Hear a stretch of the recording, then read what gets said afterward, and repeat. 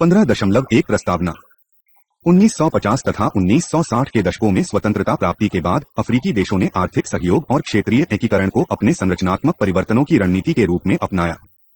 अफ्रीकी नेताओं ने राजनीतिक और आर्थिक सहयोग के प्रति अपनी प्रतिबद्धता व्यक्त की। इन नीतियों के द्वारा उन कठिनाइयों को दूर करने की चेष्टा की गई जिनका सामना छोटे राष्ट्रों की अर्थव्यवस्थाओं को करना पड़ रहा था। इस नीति के अनुसार 1963 में अफ्रीकी एकता संगठन organisation of African unity OAU तथा अफ्रीकी विकास बैंक की स्थापना की गई। इन संस्थाओं को अफ्रीकी विकास और एकता को प्रोत्साहित करने वाले माध्यम के रूप में देखा गया। बाद में इस प्रतिबद्धता को 1900 की लैगोस कार्य योजना लैगस प्लान ऑफ एक्शन LPA तथा बाद में 1991 की अबूजा संधि में दोहराया गया। इनका उद्देश्य अंततः अफ्रीकी आर्थिक समुदाय स्थापित करना है।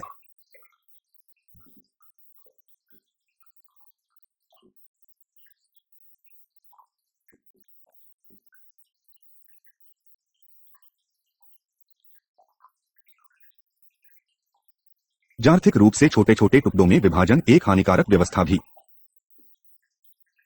इसके परिणामस्वरूप अनेक संधियों पर हस्ताक्षर किए गए और क्षेत्रीय संस्थाओं की स्थापना की गई जिनका उद्देश्य आत्मनिर्भर होना था। इन नवस्थापित संस्थाओं में प्रमुख थीं केंद्रीय अफ्रीका का सीमा शुल्क एवं आर्थिक संघ customs and economic union of central Africa D 1964। इसने आगे चलकर केंद्रीय अफ्रीकी समुदाय 1978 से 77 का रूप ले लिया। दक्षिण अफ्रीकी सीमा शुल्क संघ south Africa customs union SAOU 1969। दक्षिणी अफ्रीकी विकास सहयोग सम्मेलन southern African development coordinating conference SAC 1980। यही आगे चलकर 1932 में दक्षिणी अफ्रीकी विकास समुदाय southern African development community SAD बना है तथा पूर्वी और दक्षिणी अफ्रीका का साझा बाजार common market for eastern and southern Africa COMESA 1995। पश्चिम अफ्रीकी आर्थिक समुदाय waste African economic community CEAO 1972। पश्चिमी अफ्रीकी राज्यों का आर्थिक समुदाय economic community of West African states ECOWAS 1975। पश्चिम अफ्रीकी आर्थिक एवं मुद्रा संघ West African economic and monetary union लिमोआ 1994। वरीयता व्यापार क्षेत्र प्रेफरेंशियल ट्रेड एरिया PTA 1981 जो आगे चलकर पूर्वी और दक्षिणी अफ्रीका का साझा बाजार में शामिल हो गया तथा अरब मराक संघ अरब मगरेब यूनियन अमू 1989। इन प्रथम स्तरीय क्षेत्रीय संस्थाओं के अतिरिक्त अनेक उपक्षेत्रीय संगठन भी स्थापित हुए। यह थी क अर्थव्यवस्थाओं का छोटा आकार, ख संरचना का अभाव जिसका फल है कम मूल्यों वाले मूल उत्पादों का निर्यात तथा ग आयात पर निर्भरता। क्षेत्रीय एकीकरण को बाजार के विस्तार के अवसरों के रूप में देखा गया ताकि आर्थिक आधार को विविधता प्राप्त की जा सके। 15.2 उपसहारवी अफ्रीका में महाद्वीपीय पहल लैगोस कार्य योजना LPA अफ्रीकी संघ AU तथा अफ्रीका के विकास के लिए नई भागीदारी नेपैड नेपद।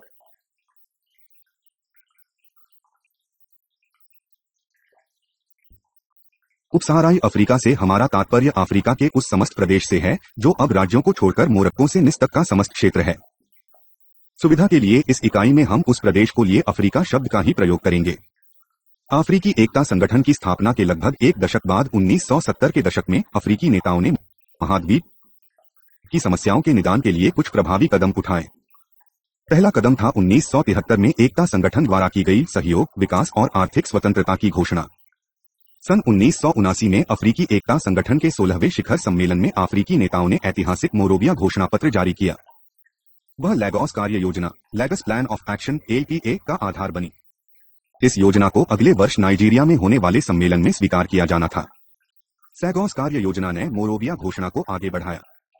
इसने महाद्वीप के लिए 1980 के दशक से 2000 तक के लिए विकास का कार्यक्रम तैयार किया। लैगोस कार्य योजना दो मूल सिद्धांतों पर आधारित थी: सामूहिक आत्मनिर्भरता, आत्मटिकाऊ सेल्फ सस्टेनिंग विकास एवं आर्थिक प्रगति। लैगोस कार्य योजना के अनुसार अफ्रीका को आत्मनिर्भरता के गुणों को अपनाना होगा, परंतु इसका यह अर्थ नहीं कि महाद्वीप स्वयं को बाहरी योगदान से अलग कर ले। फिर भी यह बाहरी योगदान केवल हमारे अपने प्रयासों में सहायक मात्र होना चाहिए। लैगोस कार्य योजना LPA के निम्नलिखित मार्गदर्शक सिद्धांत थे: क अफ्रीका के विशाल संसाधनों का उपयोग मूल रूप से अपने लोगों की आवश्यकताओं की पूर्ति के लिए किया जाए। ख अफ्रीका की केवल कच्चे माल के निर्यात पर निर्भरता में परिवर्तन होना चाहिए। ग आत्मनिर्भरता के संदर्भ में अफ्रीका को अपने विकास के लिए सभी मानवीय एवं भौतिक संसाधनों का उपयोग करना होगा।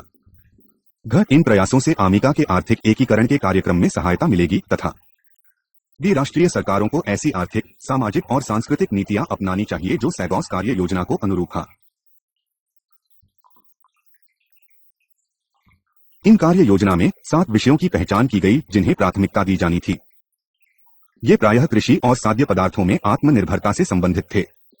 इसके अतिरिक्त प्राथमिकता के अन्य क्षेत्र थे मानव संसाधन विकास, जिसका लक्ष्य 2000 तक निरक्षरता दूर करना था, यातायात, दूरसंचार और उद्योग। उद्देश्य यह था कि इस कार्य योजना के द्वारा उपक्षेत्रीय संस्थाओं की स्थापना में सहायता मिलेगी तथा एक अफ्रीकी साझा बाजार स्थापित हो और अंततः एक अफ्रीकी आर्थिक समुदाय अस्तित्व में आ जाएगा। इस प्रकार लैगोस कार्य योजना को अल्प विकास के विरुद्ध अफ्रीका के संघर्ष के रूप में देखा गया, परंतु अनेक कारणों से यह कार्य योजना केवल औपचारिक ही बनी रही।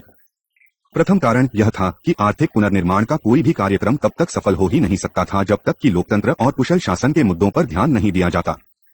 कुछ अफ्रीकी नेता तो अत्यंत अत्याचारी थे। आर्थर एन के पास महाद्वीप की समस्याओं को सुलझाने की राजनीतिक इच्छा ही नहीं थी। द्वितीय, समूचे महाद्वीप में जातीय, उपक्षेत्रीय तथा क्षेत्रीय विभेद जैसे अनेक गंभीर राजनीतिक विभाजन थे तथा साथ ही शीत युद्ध का प्रभाव भी था। अंतिम, व्यापार की बिगड़ती स्थिति, 1981 से 82 की मंदी, विदेशी ऋणों का बढ़ता बोझ तथा अकाल, बाढ़, सूखा इत्यादि प्राकृतिक आपदाएं। इन सभी कारणों से अफ्रीका अल्प विकसित ही रह गया। अफ्रीका एकता संगठन के 21वें शिखर सम्मेलन 1985 में एक बार फिर लैगोस कार्य योजना को सक्रिय करने के लिए आर्थिक बहाली के लिए वरीयता कार्यक्रम African priority program for economic recovery पर अपनाया गया। वास्तव में यह कार्यक्रम संयुक्त राष्ट्र के विशेष अधिवेशन के लिए तैयार किया गया था, जिसमें अफ्रीकी आर्थिक बहाली और विकास के लिए कार्यक्रम 1986 से 1990 स्वीकार किया जाना था। 1990 के दशक में अफ्रीका को बहाली, रिकवरी प्रयासों के लिए बेहतर राजनीतिक परिस्थितियों मौजूद थीं।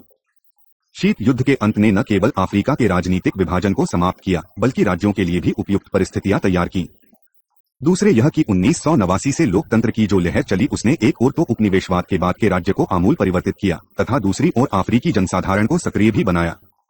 लोकप्रिय भागीदारी और निजी सार्वजनिक सहयोग कर महत्व बढ़ा जो कि महाद्वीप के उत्थान के लिए आवश्यक था। अंतिम यह था कि नामीबिया और दक्षिण अफ्रीका की स्वतंत्रता ने औपनिवेशिक इतिहास के एक अध्याय का समापन किया तथा अखिल अफ्रीकी भावना के पुनर्मूल्यांकन का अवसर भी प्रदान किया।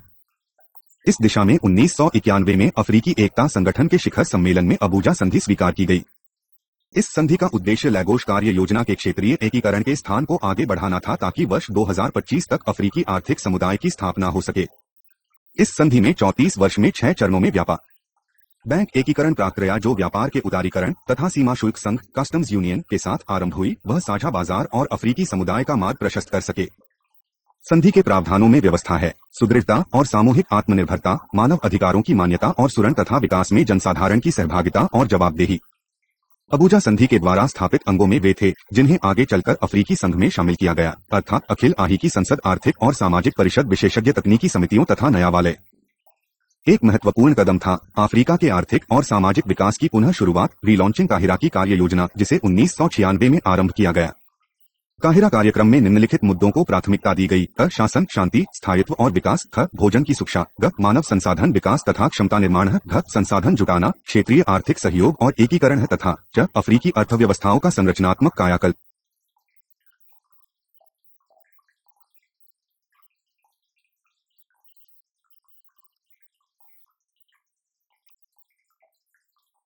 एक महत्वपूर्ण कदम था अफ्रीका के आर्थिक और सामाजिक विकास की पुनः शुरुआत, रीलॉन्चिंग काहिरा की कार्य योजना, जिसे 1996 में आरंभ किया गया।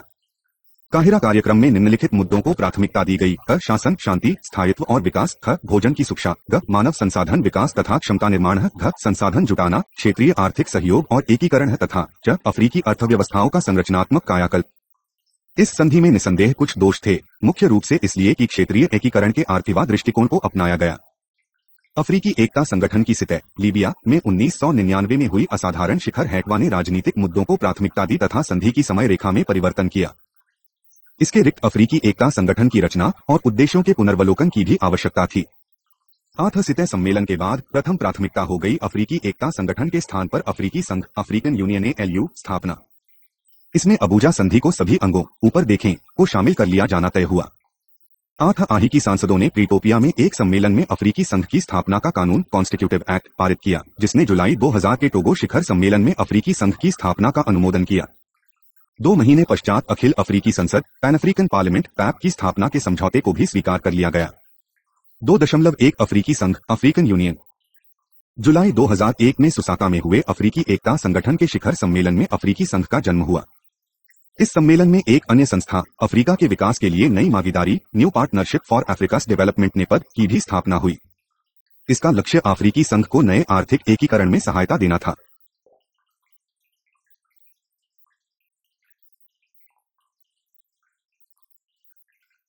अफ्रीका के इतिहास में अफ्रीकी संघ की स्थापना एक महत्वपूर्ण मील का पत्थर सिद्ध होगी। अफ्रीकी जनता को अफ्रीकी संघ में विश्वास है। उनकी अपेक्षा है कि यह पूरे महाद्वीप को एकजुट रख सकेगा और जनता की आकांक्षाओं की पूर्ति हो सकेगी। उन्हें भरोसा था कि एकता संगठन का अफ्रीकी संघ में परिवर्तन सरलता से हो जाएगा। लोगों को आशा थी कि अफ्रीकी संघ न केवल अफ्रीकी एकता संगठन की उपलब्धियों को सुदृढ़ करेगा बल्कि यह आर्थिक विकास पर और अधिक बल देगा। यह अनुभव किया गया है कि अनेक अफ्रीकी देशों ने अवसर हाथ से निकल जाने दिए और अपने बहुमूल्य परंतु दुर्लभ संसाधनों को व्यर्थ जाने दिया, जिससे विकास गतिशील हो सकता था। जहां अफ्रीकी एकता संगठन मूल रूप से राजनीतिक था, वहीं अफ्रीकी संघ राजनीतिक और आर्थिक दोनों उद्देश्यों के लिए स्थापित किया गया है। यह मात्र एक अखिल अफ्रीकी मंच नहीं है जहां से नेतागण अपनी साझी नीतियों की घोषणा करें। इसका उद्देश्य एक ऐसे बहुमुखी समुदाय की स्थापना करना है जो राजनीतिक, सामाजिक एवं आर्थिक एकीकरण कर सके। इसके अतिरिक्त अफ्रीकी एकता संगठन का मुख्य सिद्धांत संप्रभुता तथा हस्तक्षेप था, जिसमें लोकतंत्र, शासन और मानव अधिकार के मुद्दों का कोई उल्लेख नहीं था। उधर अफ्रीकी संघ ने न केवल इन मुद्दों पर बल दिया, अपितु हस्तक्षेप को भी नई परिभाषा प्रदान की गई। अफ्रीकी संघ के संविधान के अनुच्छेद 4(h) में यह स्वीकार किया गया है कि संघ अपनी सभा, असेंबली के कहने पर किसी सदस्य राज्य के मामलों में हस्तक्षेप भी कर सकता है। ये मामले हैं ऐसी गंभीर परिस्थितियों जिनकी उत्पत्ति युद्ध, अपराध, सामूहिक हिंसा तथा मानवता के विरुद्ध अपराधों से हुई ही। अफ्रीकी संघ सैनिक तख्तापलट से सत्ता प्राप्ति या क्रांति, कूप की हालत में भी ग्रुप नहीं बैठेगा। अफ्रीकी संघ के संविधान के अनुच्छेद 30 में स्पष्ट रूप से लिखा है कि वे सरकारें जो असंवैधानिक उपायों से सत्ता में आएंगी उन्हें संघ की गतिविधियों में भाग नहीं लेने दिया जाएगा। अफ्रीकी संघ की प्राथमिकताएं इस प्रकार है।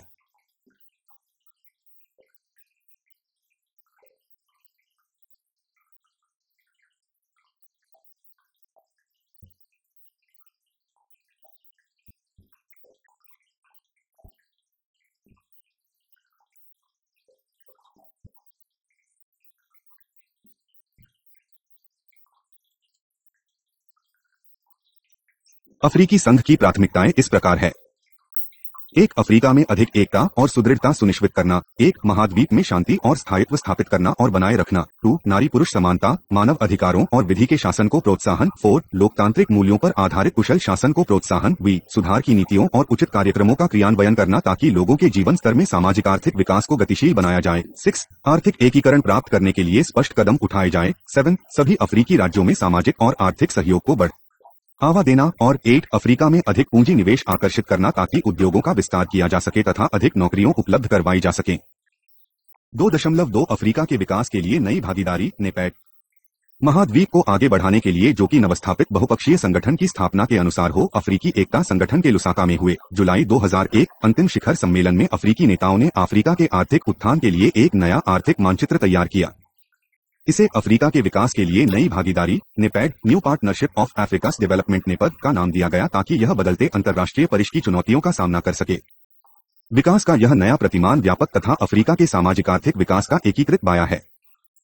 इसका मूल उद्देश्य है निर्धनता निवारण तथा अफ्रीकी राज्यों को व्यक्तिगत और सामूहिक रूप से टिकाऊ प्रगति और विकास के पथ पर अग्रसर करना। इस शिखर सम्मेलन में अफ्रीकी राज्याध्यक्षों एवं शासनाध्यक्षों ने एक नेपैड क्रियान्वयन समिति की स्थापना भी की। इसका कार्य नेपैड की वचनबद्धताओं को व्यावहारिक क्रियान्वयन कार्यक्रम में परिवर्तित करना है। नेपैड को अफ्रीकी संघ का विकास यंत्र कहा गया है। नेपैड का एक प्रमुख कार्य यह है कि वह भूमंडलीकरण, वैश्वीकरण की प्रक्रिया में अफ्रीका को अलग थलग न होने दे। फरवरी 2002 में नेपैड के रणनीतिक कार्यक्रम की रूपरेखा को अंतिम रूप दिए जाने के साथ ही 15 सदस्यीय कार्यदल ने 5 टीमों की स्थापना की ताकि वे उचित कार्यक्रमों और परियोजनाओं की पहचान कर सके और नेपैड के कार्यक्रम को प्राथमिक क्षेत्रों के लिए कार्य कर सकें। ये हैं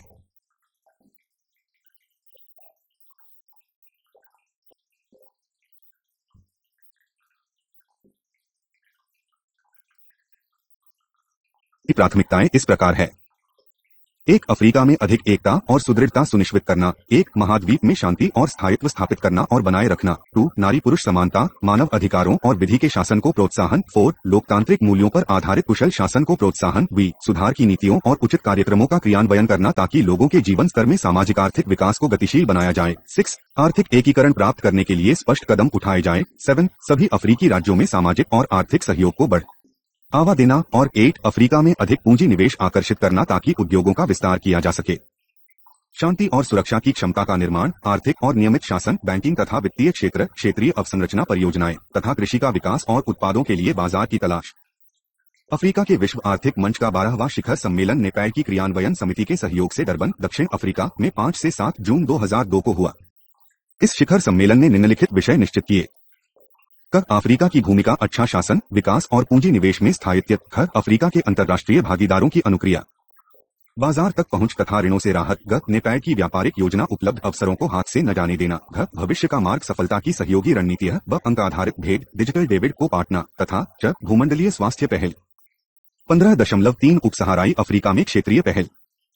3.1 क्षेत्रीय आर्थिक एकीकरण क्या है? 1 क्षेत्रीय आर्थिक एकीकरण क्या है? अंतर्राष्ट्रीय आर्थिक एकीकरण एक नवीन अवधारणा है। इसका प्रयोग 1942 से पूर्व कभी नहीं किया गया। इस शब्द का प्रयोग 1960 के बाद उस संदर्भ में होने लगा जिसमें अब इसका प्रयोग किया जाता है। यह अवधारणा उस प्रक्रिया को कह सकते हैं जिसमें पृथक अर्थव्यवस्थाएं एक बृहद क्षेत्रीय अर्थव्यवस्था के साथ संबद्ध हो जाती हैं। क्षेत्रीय आर्थिक एकीकरण का कोई स्पष्ट अर्थ नहीं है। वास्तव में इसकी अनेक परिभाषाएं हैं। ये दो परस्पर विरोधी परिवेश में की गई है। एक ओर तो दो स्वतंत्र अर्थव्यवस्थाओं के मध्य व्यापारिक संबंधों को आर्थिक एकीकरण की संज्ञा दी जाती है, तो दूसरे छोर पर दो या अनेक स्वतंत्र राष्ट्रीय अर्थव्यवस्थाओं की संपूर्ण एकता को आर्थिक एकीकरण कहा जाता है। यदि किसी निश्चित निष्कर्ष पर पहुंचना चाहते हैं तो हमें विभिन्न परिभाषाओं की व्याख्या करनी होगी। अफ्रीकी देशों के लिए क्षेत्रीय तथा उपक्षेत्रीय सहयोग कोई नई बात नहीं है। औपनिवेशिक युग में भी सीमा शुल्क संघ, कस्टम्स यूनियोना के रूप में अनेक क्षेत्रीय संगठन थे। कुछ अधिक औपचारिक क्षेत्रीय समूह भी थे, जैसे कि 1917 से चला आ रहा कीनिया, टांगानिका और युगांडा का पूर्वी अफ्रीकी साझा बाजार। इस बाजार का स्तर बढ़ाकर 1947 में पूर्वी अफ्रीकी उच्च आयोग का नाम दिया गया। टांगानिका के 1961 में स्वाधीन होने के साथ ही उच्च आयोग का स्थान पूर्वी अफ्रीकी साझा सेवा संगठन, East African common service organisation ईक्सो ने ले लिया। फिर 1967 में इस सेवा संगठन के स्थान पर पूर्वी अफ्रीकी समुदाय, ईस्ट अफ्रीकन कम्युनिटी (EAC) की स्थापना हुई। इस समुदाय का मुख्य लक्ष्य था भागीदार राज्यों के औद्योगिक, वाणिज्यिक तथा अन्य संबंधों का नियमन एवं नियंत्रण ताकि संतुलित विकास की गति तीव्र हो रहने तथा इसकी आर्थिक गतिविधियों से सभी को लाभ प्राप्त हो सके। नए प्रावधानों को 10 वर्ष तक चरखा गया, परंतु 1977 में संबद्ध तीनों देशों ने इसे अध्याहारिक पाकर इसे समाप्त कर दिया। विखंडित पूर्वी अफ्रीकी समुदाय को पुनर्जीवित करके इसकी पुनर्स्थापना की गई।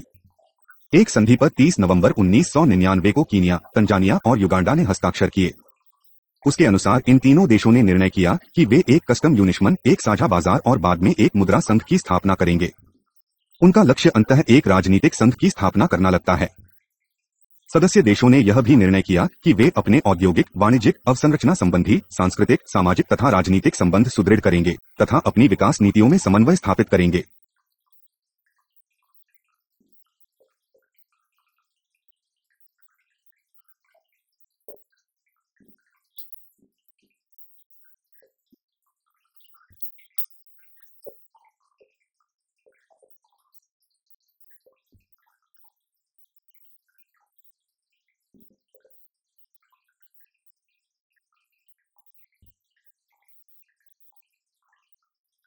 जब से अफ्रीकी देशों को स्वाधीनता प्राप्त हुई तब से ही उन्होंने आर्थिक और राजनीतिक दोनों प्रकार के सहयोग में रुचि प्रदर्शित की। इसके कुछ उदाहरण है केंद्रीय अफ्रीकी कस्टम एवं आर्थिक संघ, central African customs and economic union (SADC), पश्चिम अफ्रीकी आर्थिक समुदाय, waste African economic community (CAO) तथा अन्य अनेक छोटे संगठन। इस प्रक्रिया के कारणों में प्रमुख हैं उनके बाजारों का छोटा आकार, प्रत्येक देश की जनसंख्या का 90 लाख के आसपास होना, औपनिवेशिक विरासत में मिली विकास प्रक्रिया तथा असमान संसाधन उपलब्धि। इन कारणों से स्पष्ट था कि अपने बलबूते पर उनका विकास नहीं हो सकता था। अतः क्षेत्रीय सहयोग आवश्यक था, परंतु एकीकरण की इन योजनाओं में से कोई भी टिकाऊ नहीं हो सकी। इसका मुख्य कारण था औपनिवेशिक मानसिकता तथा प्राचीन आर्थिक सिद्धांतों में विश्वास। 1960 से 1970 के दशक के आरंभिक वर्षों में इन क्षेत्रीय संगठनों को विशेष सफलता नहीं मिली। इसके अनेक कारण रहे। अन्य कारणों के अतिरिक्त विकासशील देशों में क्षेत्रीय एकीकरण की परियोजनाओं के समक्ष 6 प्रमुख चुनौतियां हैं। 1. सदस्य देशों की उपलब्धियों का असमान वितरण है। 2. सदस्यों के मध्य वैचारिक मतभेद। 3. कमजोर संस्थागत संरचना। 4. अनधिकृत शक्ति उलझन, इंट्रूसिव पावर इन्वॉल्वमेंट। बी. एकीकरण के मुद्दों का राजनीतिकरण तथा वी. राष्ट्रवाद। अफ्रीका के उपसहारा क्षेत्र में 1970 से 1990 की अवधि में उभरे प्रमुख क्षेत्रीय संगठन है। 3.2 पश्चिमी अफ्रीकी राज्यों का आर्थिक समुदाय, ECOWAS। पश्चिमी अफ्रीका में क्षेत्रीय आर्थिक समूह की स्थापना के मूल में वह पहल है जो संयुक्त राष्ट्र के अफ्रीका संबंधी आर्थिक आयोग economic commission for Africa (ECA) ने की थी। उसने इस बात पर बल दिया था कि अफ्रीका में आर्थिक प्रगति की महत्वपूर्ण कुंजी थी अफ्रीकी देशों के मध्य आर्थिक सहयोग।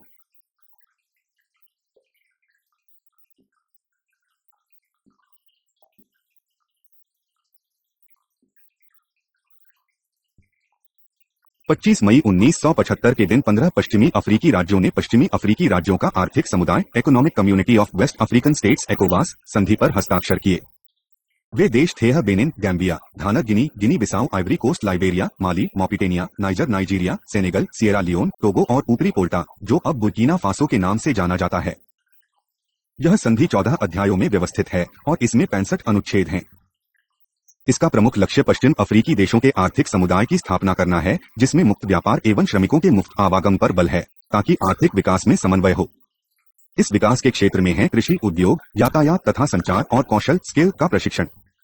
ऐसा अनुमान लगाया गया कि सीमा शुल्क संघ कस्टम्स यूनियन की स्थापना में संधि लागू होने के बाद 15 वर्ष का अंतरिम समय लगेगा। इस अंतरिम समय में मुक्त व्यापार की सभी रुकावटों को धीरे धीरे दूर किया जाएगा। यह साझा सीमा शुल्क व्यवस्था का मार्ग प्रशस्त करेगा तथा बाहरी देशों के हस्तक्षेप को रोकेगा। समुदाय के उद्देश्य। समुदाय के लक्ष्य होंगे सभी प्रकार की आर्थिक गतिविधियों में सहयोग और विकास को प्रोत्साहन देना, विशेषकर उद्योग, यातायात, दूरसंचार, ऊर्जा, कृषि, प्राकृतिक संसाधन, वाणिज्य, मुद्रा संबंधी और वित्तीय प्रश्न तथा सामाजिक और आर्थिक मामले ताकि लोगों के जीवन स्तर को ऊपर उठाया जा सके, आर्थिक स्थायित्व को बढ़ाना तथा उसे बनाए रखना, सदस्यों के बीच निकट संबंधों को बढ़ावा देना तथा अफ्रीकी महाद्वीप की प्रगति और उसके विकास में योगदान। समुदाय ने निश्चय किया कि वह विभिन्न चरणों में निम्नलिखित सुनिश्चित करेगा। सदस्यों के मध्य सीमा शुल्क का उन्मूलन और आयात निर्यात से संबंधित इसी प्रकार के अन्य शुल्कों की समाप्ति है। सदस्य राष्ट्र के बीच व्यापार संबंधी मात्रात्मक और प्रशासकीय प्रतिबंधों। तृतीय देशों, गैर सदस्य देशों के प्रति साझी वर्गराज्य नीति तथा समान सीमा शुल्क। व्यक्तियों, सेनाओं और पूंजी के मुक्त आवागमन के मार्ग की बाधाओं का उन्मूलन। कृषि नीतियों में समन्वय तथा सदस्य देशों में साझी परियोजनाओं को प्रोत्साहन, विशेषकर विपणन, मार्केटिंग, अनुसंधान तथा कृषि आधारित औद्योगिक उद्यमी को।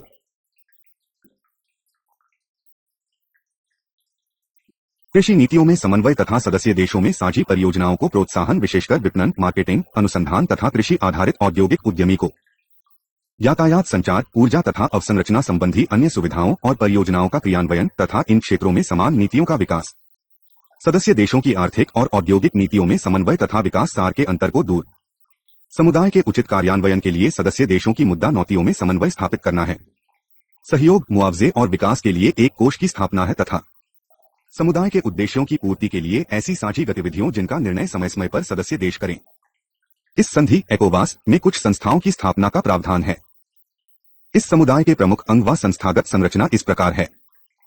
शासनाध्यक्षों और राज्याध्यक्षों की सत्ता, मंत्रिपरिषद, कार्यकारी सचिव, समुदाय का न्यायाधिकरण, तकनीकी और विशेषज्ञ आयोग, सामाजिक और सांस्कृतिक मामलों का आयोग। 3.3 दक्षिणी अफ्रीकी विकास समन्वय सम्मेलन SADC। इस संगठन की स्थापना 1980 में लुसाका घोषणापत्र के द्वारा हुई थी। इसके संस्थापक ने दक्षिणी अफ्रीकी देश थे जिसमें Angola, Botswana, Lesotho, Malawi, Mozambique, Swaziland, Tanzania, Zambia और जिम्बाब्वे शामिल हैं। दक्षिणी अफ्रीकी विकास समन्वय सम्मेलन southern Africa development coordination conference SADC का मूल उद्देश्य सामूहिक आत्मनिर्भरता सुनिश्चित करना था। इसके 4 प्रमुख लक्ष्य थे: क, आर्थिक निर्भरता, विशेषकर दक्षिण अफ्रीका पर निर्भरता में कमी; ख, ऐसे संबंध स्थापित करना जिनसे वास्तविक और सामयिक क्षेत्रीय एकीकरण संभव हो सके; ग, पैसे संसाधन जुटाना जिनसे राष्ट्रीय, अंतर्राज्यीय तथा क्षेत्रीय नीतियों का उचित क्रियान्वयन हो सके; तथा घ, आर्थिक उदारीकरण की रणनीति का क्रियान्वयन करते हुए अंतर्राष्ट्रीय सहयोग जुटाने के लिए प्रभावी कदम उठाना।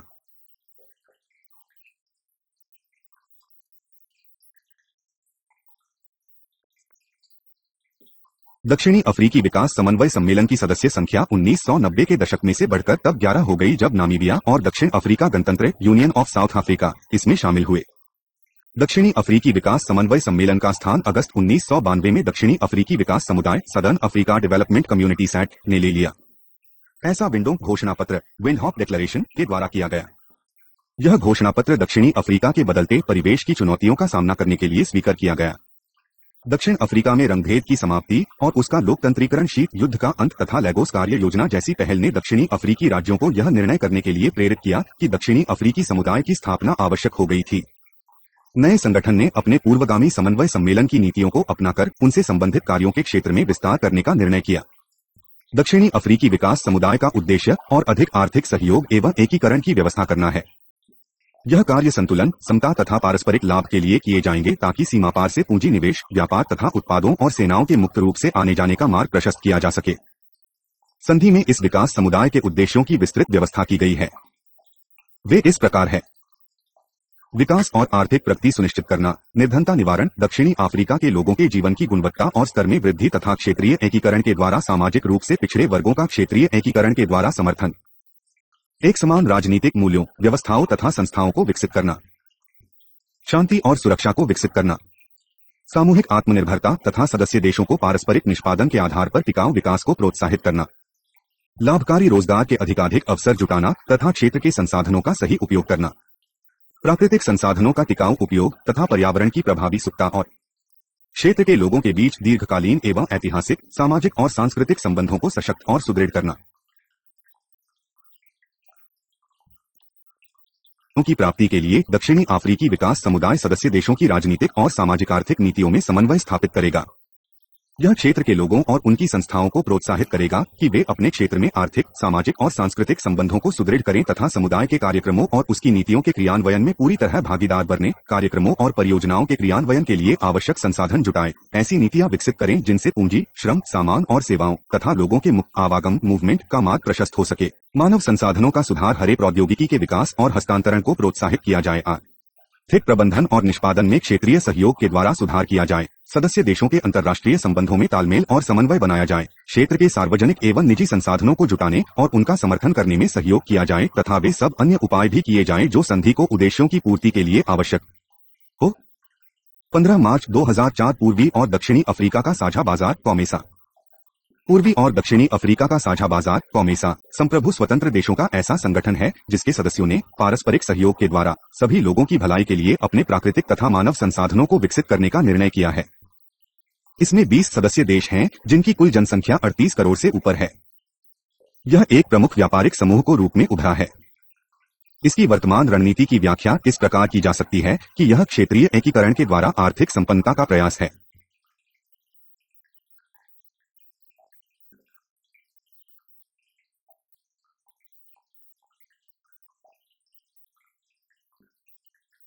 के मध्य में पूर्वी और दक्षिणी अफ्रीका के देशों ने आर्थिक सहयोग की व्यवस्था करने की पहल आरंभ कर दी थी। उन्होंने संयुक्त राष्ट्र के अफ्रीका के लिए आर्थिक आयोग के तत्वावधान में एक बैठक बुलाई ताकि उपक्षेत्रीय आर्थिक एकीकरण के प्रश्न पर विचार हो सके। समुदाय की संधि पर औपचारिक हस्ताक्षर से पूर्व अंतरिम व्यवस्था के प्रबंध के लिए संगठन के नियमों की अदिस अबाबा में मई 1996 में हुई परिषद की अंतरिम मंत्रिस्तरीय बैठक में स्वीकार किया गया। इस पर हस्ताक्षर करने वाले देश थे Burundi, Ethiopia, Kenya, Madagascar, Malawi, Mauritius, Rwanda, Somalia, Tanzania तथा जाम्बिया। उपक्षेत्रीय आर्थिक सहयोग की स्थापना के पूर्व प्रयासों की विफलता के बावजूद पूर्वी और दक्षिणी अफ्रीका के देशों ने यह अनुभव किया कि उनकी पाश्चात्य औद्योगिक देशों पर निर्भरता को कम करने का और कोई विकल्प था ही नहीं। ऐसा केवल सभी क्षेत्रों में विकास के उपायों के द्वारा ही किया जा सकता था। आरंभिक तैयारी पूरी हो जाने पर 1981 में पूर्वी और दक्षिणी अफ्रीका में एक वरीयता व्यापार क्षेत्र स्थापित करने के लिए एक संधि पर हस्ताक्षर किए गए। इस वरीयता व्यापार संधि प्रेफरेंस ट्रेड एरिया में स्वयं को एक साझे बाजार में परिवर्तित करने की व्यवस्था थी। इस पृष्ठभूमि में पूर्वी और दक्षिणी अफ्रीका का साझा बाजार कॉमेसा की संधि पर 1993 में युगांडा में हस्ताक्षर किए गए तथा 1994 में मलाची में इसका अनुमोदन हो गया। पूर्वी और दक्षिणी अफ्रीका का साझा बाजार कॉमेसा के अब 20 सदस्य हैं जो कि अफ्रीका महाद्वीप के 40% क्षेत्र में फैले हुए हैं। इसके सदस्य देश हैं अंगोला, बुरुंडी, कोमोरोज, कांगो का जनवादी गणराज्य, Djibouti, miss Eritrea, Ethiopia, Kenya, Madagascar, Malawi, Mauritius, Namibia, Rwanda, Seychelles, Sudan, Swaziland, Uganda, Zambia और जिम्बाब्वे। पूर्वी और दक्षिणी अफ्रीका का साझा बाजार कॉमेसा के उद्देश्य। पूर्वी और दक्षिणी अफ्रीका का साझा बाजार कॉमेसा का उद्देश्य है अपने सदस्यों की शक्ति और उनके संसाधनों को इकट्ठा करके टिकाऊ प्रगति और विकास सुनिश्चित करना। इस लक्ष्य की प्राप्ति के लिए साझा बाजार के निम्नलिखित उद्देश्य हैं।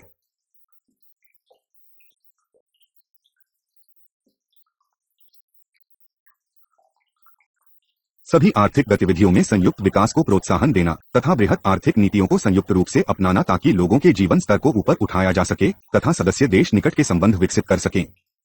अनुसंधान तथा विज्ञान एवं प्रौद्योगिकी को अपनाने के लिए उचित पर्यावरण तैयार करना, विदेशी सीमा पार से तथा घरेलू पूंजी निवेश की प्राप्ति के लिए सहयोग करना, सदस्य देशों के मध्य शांति, सुरक्षा और स्थायित्व को प्रोत्साहित करने में सहयोग ताकि समूचे क्षेत्र के विकास को गति प्राप्त हो सके, साझा और शेष विश्व के बीच संबंधों को मजबूत बनाने के लिए सहयोग करना और अंतर्राष्ट्रीय मंचों पर समान स्थिति अपनाना तथा अफ्रीकी आर्थिक समुदाय के उद्देश्यों की प्राप्ति और उनकी प्रगति के लिए योगदान देना। इस प्रकार संगठन की रणनीति है कि एकीकरण की प्रक्रिया को विस्तृत और तीव्र गति मिल सके। ऐसा करने के लिए सीमा शुल्क संबंधी तथा व्यापार के मार्ग की अन्य सभी रुकावटों को दूर करना होगा। इसके लिए यह सुनिश्चित करना होगा कि पूंजी, श्रम और वस्तुओं को मुक्त गति मिल सके। ऐसा तभी संभव होगा जब मानकीकृत तकनीकी विनिर्देशन और मानकीकृत गुणात्मक नियंत्रण सुनिश्चित कर लिया जाए। उसके लिए नियंत्रणों को दूर करना होगा तथा सामान और व्यक्ति के आने जाने के मार्ग की बाधाओं को दूर किया जाए। करों की दरों का मानकीकरण करना, औद्योगिक सहयोग के लिए उचित परिस्थितियों तैयार करना, विशेषकर कंपनी कानूनों, बौद्धिक संपत्ति अधिकारों और पूंजी निवेश के कानूनों में समानता का प्रयास करना भी शामिल होगा। यह सब तभी संभव होगा जब साझा मुद्रा अपनाई जाए, मुद्रा संघ स्थापित किया जाए और साझी विदेश व्यापारी कॉमन एक्सटर्नल टैरिफ CET अपनाई जाए। 15.4 कार्य निष्पादन।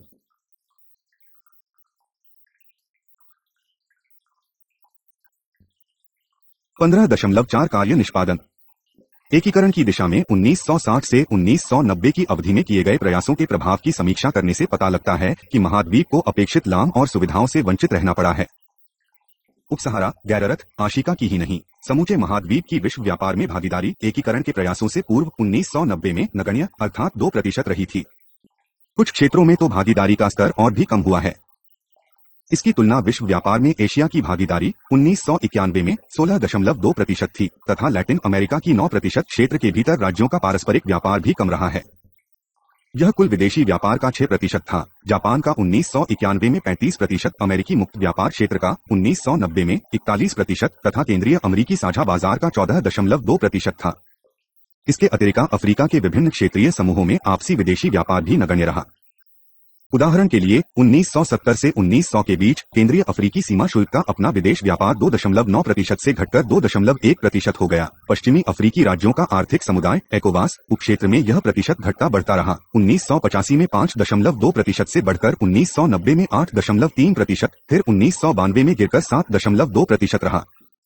केवल पश्चिमी अफ्रीकी आर्थिक समुदाय CEAO में इसमें चाहे मध्यम गति की ही सही किंतु निरंतर वृद्धि हुई। यह 1980 में 8.9% था जो कि 1990 में 10.5% हो गया। यह भी उल्लेखनीय है कि अफ्रीकी अर्थव्यवस्थाओं की संरचना में कोई विशेष परिवर्तन नहीं हुआ।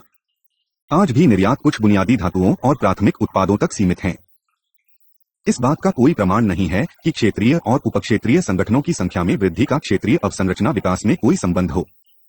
असीमित क्षमता होते हुए भी इस महाद्वीप का विकास अपेक्षित परिणामों के अनुरूप नहीं हुआ है। अफ्रीकी एकता के प्रयासों की आरंभिक विफलता का एक प्रमुख कारण है विभिन्न देशों की अर्थव्यवस्थाओं में समीकरण का अभाव। इसका परिणाम यह हुआ है कि उत्पादन का ठीक विस्तार नहीं हो पाया, व्यापार के पर्याप्त अवसर उपलब्ध नहीं हुए और एकीकरण से अपेक्षित लाभ उपलब्ध नहीं हुए।